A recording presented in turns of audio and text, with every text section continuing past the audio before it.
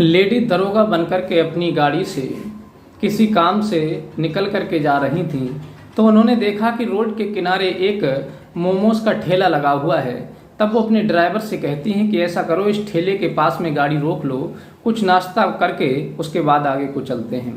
तब ड्राइवर उनका गाड़ी रोक लेता है और ड्राइवर उतर करके उस ठेले वाले के पास में जाता है और कहता है कि भाई साहब 2 प्लेट मोमोज लगा दीजिए। तब वो लड़का मोमोज लगाने लगता है। तब उसकी नज़र उस पुलिस की जो गाड़ी थी उस पर पड़ जाती है तो देखता है कि उसमें मैडम बैठी हुई हैं और उन मैडम को देख करके वो लड़का एकदम से हक्का बक्का रह जाता है और उसके तन पर पसीना आ जाता है। वो घबरा सा जाता है, लेकिन वो सोच में पड़ जाता है और अपने मुंह को गमछे से दबा लेता है। और तब वो ड्राइवर कहता है, भाई साहब कहाँ खो गए आप बड़ा परेशान दिखाई दे रहे हैं, आखिर बात क्या है, मोमोज बनाइए। तब वो लड़का कहता है, हाँ साहब अभी बनाता हूँ। और फिर वह मोमोज बनाता है और बनाने के बाद उन्हें 2 प्लेट देता है। तब ड्राइवर अपनी जो मैडम होती हैं उन्हें 1 प्लेट दे देता है और एक स्वयं खा लेता है। तब वो अपनी जेब से पैसे निकाल करके ड्राइवर देता है, लेकिन वो लड़का कहता है कि साहब मेरे पास खुले नहीं हैं, अभी मैंने दुकान लगाई है, लेकिन आपके पास खुले हों तो मुझे दे दीजिए। लेकिन वो अपने पर्स में देखते हैं तो उनके पास भी पैसा खुला नहीं होता है। लेकिन वो ड्राइवर अपनी मैडम के पास जाता है, दरोगा के पास, कि मैडम जी खुले पैसे उसे दे दीजिए 60 रुपये, क्योंकि 500 का उस पर खुला नहीं है। तब वो मैडम कहती हैं ठीक है मैं दे करके आती हूँ। तब वो उतर करके गाड़ी से जाती हैं। जब वो अपना पर्स जेब से निकाल करके वहीं ठेले के पास खोलती हैं तो वो लड़का देखता है कि उनके पर्स में उसका फोटो लगा हुआ था और वो इस बात को देख करके और भी ज़्यादा परेशान हो जाता है, हक्का बक्का रह जाता है। और फिर मैडम उसे पैसा देने के बाद वहाँ से चली जाती हैं। आखिर वो लड़का कौन था जो कि लेडी दरोगा उस मोमोस वाले लड़के का फोटो अपने पर्स में लगाए हुए थी, ये पूरी सच्चाई आज हम आपको इस वीडियो के माध्यम से बताएंगे। अगर आप हमारे चैनल पर नए हैं तो प्लीज़ हमारे चैनल को लाइक और सब्सक्राइब कर दीजिए, और जिन भाइयों ने हमारे चैनल को सब्सक्राइब कर लिया है उन्हें दिल से बहुत बहुत धन्यवाद। नमस्कार, प्रणाम, मैं हूँ रितेश कुमार। दरअसल आज की जो सच्ची कहानी मैं आपको सुनाने जा रहा हूँ, ये सच्ची कहानी गाजियाबाद की है। आज की जो कहानी बहुत ही इंटरेस्टिंग है और बहुत कुछ आपको सिखाने वाली है, आपको भावुक कर देगी, इसलिए थोड़ा टाइम निकाल करके इस कहानी को जरूर सुने। गाजियाबाद में रहने वाले एक लड़का जिसका नाम प्रेम था, प्रेम कॉलेज में पढ़ने के लिए जाया करता था और उसी कॉलेज में उसकी एक दोस्ती एक लड़की सी हो गई थी जिसका नाम राधिका था। राधिका और प्रेम बहुत अच्छे दोस्त बन गए थे और दोनों ने साथ ही साथ इंटर पास किया था और उसके बाद ग्रेजुएट कर लिया था। लेकिन लड़की की इच्छा ये थी राधिका की मैं आगे और पढूं, और प्रेम जो था वो ग्रेजुएट करने के बाद में अपनी पढ़ाई को छोड़ चुका था। लेकिन धीरे धीरे उनके बीच में संबंध और घनिष्ठ होते चले गए और वो दोनों एक दूसरे से प्रेम करने लगे थे। जब प्रेम करने लगे थे धीरे धीरे समय बीतता चला जाता है। जब प्रेम हो जाता है उनके बीच में बहुत ज़्यादा, तो वो दोनों एक दूसरे से शादी करने का डिसाइड करते हैं। प्रेम कहता है कि राधिका मैं तुम्हारे बिना नहीं रह सकता और तुम मुझसे शादी कर लो। राधिका कहती है कि शादी तो मैं तुमसे कर लूँगी, लेकिन मेरी इच्छा बस यही है कि मैं आगे पढ़ाई करूँ और पढ़ाई करने के बाद कुछ बन जाऊँ, तब हमारी आर्थिक स्थिति अच्छे से हमारा जीवन कट सके। तब प्रेम कहता है कि मैं तुम्हें पढ़ने से नहीं रोकूंगा, लेकिन बस मुझसे तुम्हारी दूरी बर्दाश्त नहीं हो रही है, क्योंकि मैं तो अब आगे पढ़ नहीं पाऊंगा। अगर तुम पढ़ना चाहती हो मैं तुम्हें पढ़ाऊंगा, लेकिन पहले शादी कर लो। राधिका राजी हो जाती है और दोनों लव मैरिज कर लेते हैं। लव मैरिज करने के बाद में राधिका अपने पति प्रेम के घर आ जाती है और आनंद के साथ रहने लगती है। लेकिन धीरे धीरे 2 साल तक तो उन दोनों के बीच में इतना प्रेम रहता है कि रात दिन प्रेम अपनी पत्नी के सिवा कहीं निकल करके भी नहीं जाता है, ना किसी से बात करता है। रात दिन रहना उसे अपनी पत्नी के पास है। जो भी पत्नी कहती है, जो भी मंगाती है, जो भी डिमांड करती है, वो हर ख्वाहिश हर बात अपनी पत्नी की मानता है, हर बात पूरी करता है। लेकिन कहते हैं कि वक्त इंसान का कब बदल जाए ये कुछ कहा नहीं जा सकता। तब राधिका कहती है कि देखो प्रेम, मुझे आगे और पढ़ना है। लेकिन प्रेम कहता है कि तुम पढ़ करके क्या करोगी, अब मैं घर पर रह रहा हूँ, खेती किसानी का काम कर रहा हूँ और तुम भी घर पर रहो, अब क्या ज़रूरत है। राधिका कहती है कि नहीं, मुझे तो पढ़ना है। तब प्रेम कहता है ठीक है, अगर तुम्हें पढ़ना है तो तुम पढ़ो, लेकिन मुझे आगे पढ़ाई के लिए कुछ ज़्यादा पैसों की ज़रूरत पड़ेगी और मुझे कोचिंग भी लगानी पड़ेगी, क्योंकि मैं अच्छी पढ़ाई करना चाहती हूँ, नॉर्मल पढ़ाई नहीं करूँगी, जिससे मैं कुछ पद हासिल कर सकूँ।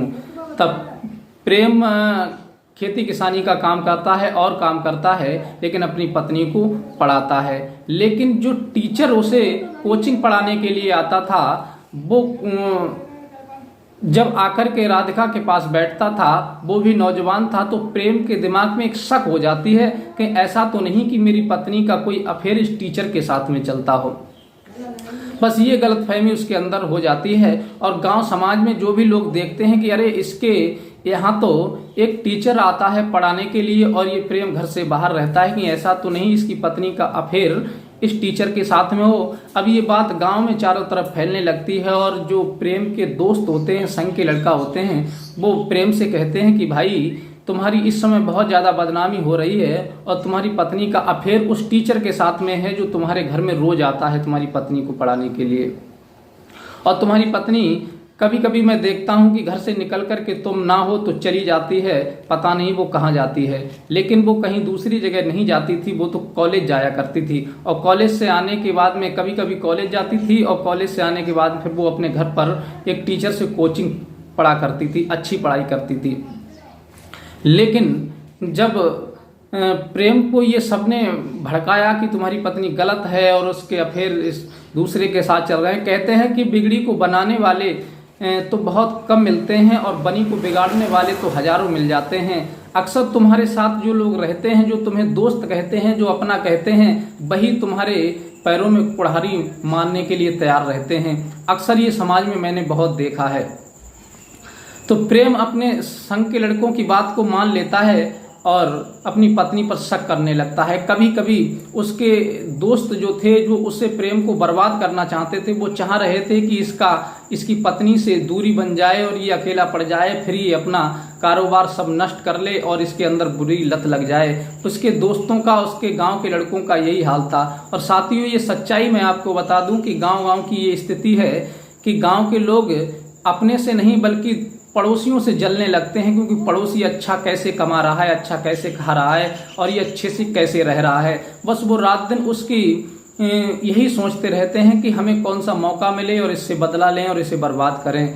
तब वो रात दिन प्रेम के कान चुंगा करते थे कि तेरी पत्नी ऐसी है, तेरी पत्नी उससे बात करती है, तेरी पत्नी वहां जाती है। लेकिन प्रेम का अपनी पत्नी से इतनी जल्दी विश्वास नहीं उठा था कि जितने लोगों ने उसके कान चुंगे थे। लेकिन फिर भी वो अपनी पत्नी से बेइंतहा प्रेम करता रहा। एक दिन प्रेम घर से जब बाहर आया तो वो देखता है कि उसका जो टीचर है वो उसी की पत्नी के पास बैठा हुआ उससे कुछ पढ़ा रहा था, समझा रहा था, करीब में बैठे हुए थे। और प्रेम की जब नज़र उन दोनों पर पड़ जाती है तो वो एकदम से बौखला जाता है और कहता है कि जो मेरे दोस्त कह रहे थे वो बात बिल्कुल सत्य है, उसमें कोई कमी नहीं है। आज मैं समझ गया कि वास्तविक तुम्हारा अफेयर इसके साथ चल रहा है, इसी वजह से तुम रात दिन मुझसे बिना पूछे कभी बाहर जाती हो, कभी घर में ऐसे बुलाती हो, तुम्हारा यही काम है।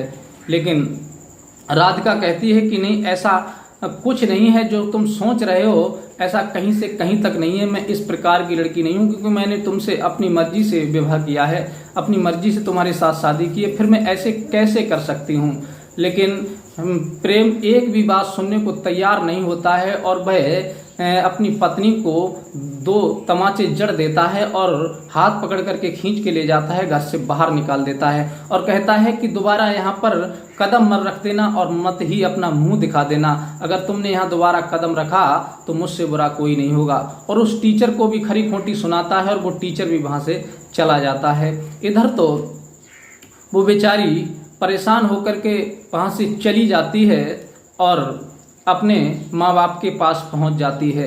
पहले तो राधिका के घर वाले बहुत ज़्यादा नाराज थे कि तूने अपनी मर्जी से विवाह कर लिया है, हम तेरा साथ नहीं देंगे। लेकिन जब अपनी लड़की को वो परेशान देखते हैं कि हमारी लड़की पर परेशानी है तब वो अपने माँ बाप से संपर्क साधती है और उसके माँ बाप उसे अपना लेते हैं और अपने घर में रख लेते हैं और उससे हालचाल पूछते हैं। तब वो कहती है कि पिताजी, कमी किसी बात की नहीं है, ना कोई दिक्कत है, बस उनके अंदर एक गलत फहमी बैठ गई है। मैं आगे पढ़ना चाहती थी, उन्होंने मुझे पढ़ाया, मैं कोचिंग पढ़ती थी तो एक टीचर घर पर पढ़ाने के लिए आता था, तो बस उनके अंदर वही गलतफहमी बैठ गई है कि मेरा अफेयर उस टीचर के साथ है।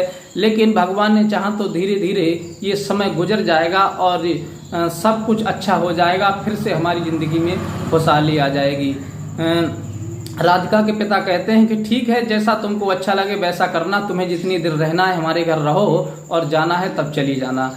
ये वो कह करके अपने काम को चले जाते हैं। राधिका अपनी पढ़ाई करने लगती है और इधर प्रेम रात दिन टेंशन में पड़ा रहता है, हर समय अपनी पत्नी के गम में डूबा रहता है कि मेरी इतनी अच्छी पत्नी और मैं कॉलेज के समय से अपनी पत्नी से प्रेम करता था, लेकिन मेरी पत्नी ने मेरे साथ ऐसा क्यों किया। ये हकीकत है या झूठ है इस बारे में मैं नहीं जानता, लेकिन ये बात मुझसे सहन नहीं हो रही है कि मेरी पत्नी का फिर किसी और के साथ हो। बहुत ज़्यादा परेशान रहता है, फिर वो बहुत ज़्यादा दुखी हो जाता है। लेकिन धीरे धीरे वक्त बीतता चला जाता है और जो उसके साथ के जो दोस्त थे वो उससे फ़ोन करके कहते हैं कि भाई, हमने तुम्हारे लिए जो भड़काया था कि तुम्हारी पत्नी गलत है और तुम्हारी पत्नी का फिर दूसरे के साथ चल रहा है, ऐसा कुछ नहीं था, लेकिन हम लोग तो सब तुम्हारा आनंद ले रहे थे, तुम्हारी मजाक बना रहे थे, तुम्हें देख रहे थे कि तुम चिढ़ोगे या नहीं चिढ़ोगे, तुम अपनी पत्नी से कितना प्रेम करते हो। लेकिन तब तक बहुत देर हो चुकी थी। जब अपने दोस्तों के मुंह से ये बात जब प्रेम सुनता है तो वो बहुत ज़्यादा टेंशन में आ जाता है, बहुत ज़्यादा परेशान हो जाता है कि आखिर मैंने अपनी ऐसी पत्नी के लिए छोड़ दिया जो मेरे अलावा किसी से प्रेम नहीं करती थी और उस पर झूठा आरोप लगाया। अब मैं अगर उसके सामने जाऊंगा तो अपना क्या मुंह दिखाऊंगा। ये सोच करके बहुत ज़्यादा दुखी हो जाता है और वो पागलों की भांति भटकने लगता है। तभी उसका एक रिश्तेदार होता है प्रेम का, वो अपने साथ गाजियाबाद ले जाता है और कहता है कि देखो, तुम मेरे साथ चलो, तुम्हें वहाँ कोई काम मैं दिलवा दूंगा और वहाँ रह करके जब तुम कुछ काम करोगे तो तुम्हारा दिमाग उसमें बट जाएगा और धीरे धीरे समाधान हो जाएगा। वो अपनी टेंशन भुलाने के लिए प्रेम वहाँ से चला जाता है अपने दोस्त के साथ। उसका दोस्त मोमोज का ठेला लगाता था। 1 महीने वो अपने दोस्त के ठेले पर रहा, फिर वो काम सीख जाता है प्रेम। तब उसका दोस्त रोड के किनारे थाने से थोड़ी दूर पर ठेला उसका लगवा देता है।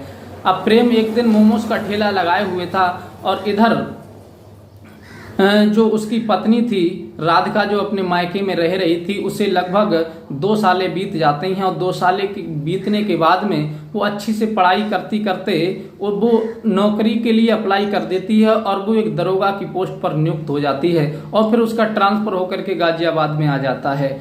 एक दिन वही उसकी पत्नी जो राधिका थी वो अपने ड्राइवर को साथ लेकर के कहीं जरूरी काम से रोड से निकल करके जा रही थी। सुबह सुबह का वक्त था। तब वो अपने ड्राइवर से कहती हैं कि ऐसा करो, ये ठेला जहाँ लगा हुआ है यहाँ पर गाड़ी रोक लो, क्योंकि थोड़ी देर यहाँ रुकेंगे और नाश्ता करने के बाद फिर आगे के लिए चलेंगे, देखते हैं फिर। तो ड्राइवर वहीं गाड़ी रोक लेता है और ड्राइवर उतर करके उस व्यक्ति के पास जाता है और कहता है कि भाई साहब, मोमोज कैसे दिए हैं? वो कहता है भाई साहब 30 रुपये प्लेट है। ड्राइवर कहता है कि 2 प्लेट लगा दो।